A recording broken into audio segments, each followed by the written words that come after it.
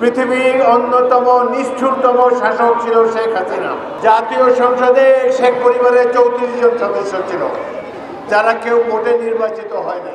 এই বিজয় দীর্ঘ 17 বছর আন্দোলন সংগ্রামের পর আমরা অর্জন করেছি। জুলাই আগস্ট মাসে গত বছর বেশ কয়েকটি তাজা প্রাণ রাজপথে ঝরে গিয়েছে।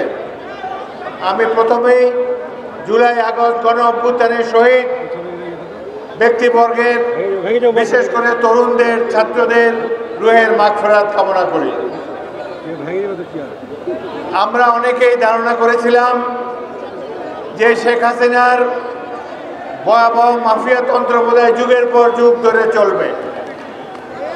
যেই ধরনের অত্যাচার, নির্যাতন শেখ হাসিনা বাংলাদেশের মানুষের সাথে করেছে, এক কথায় অকল্পনীয়। পৃথিবীর অন্যতম নিষ্ঠুরতম শাসক ছিল শেখ হাসিনা। বহু মানুষকে গুম করেছে, খুন করেছে, হাজার হাজার কোটি কোটি ডলার বিদেশে পাচার করেছে। বাংলাদেশের প্রত্যন্ত অঞ্চলে বিভিন্ন জায়গায় তাদের সহায় সম্পত্তির খোঁজ পাওয়া যাচ্ছে। জাতীয় সংসদে শেখ পরিবারের 34 জন সদস্য ছিল, যারা কেউ ভোটে নির্বাচিত হয় নাই।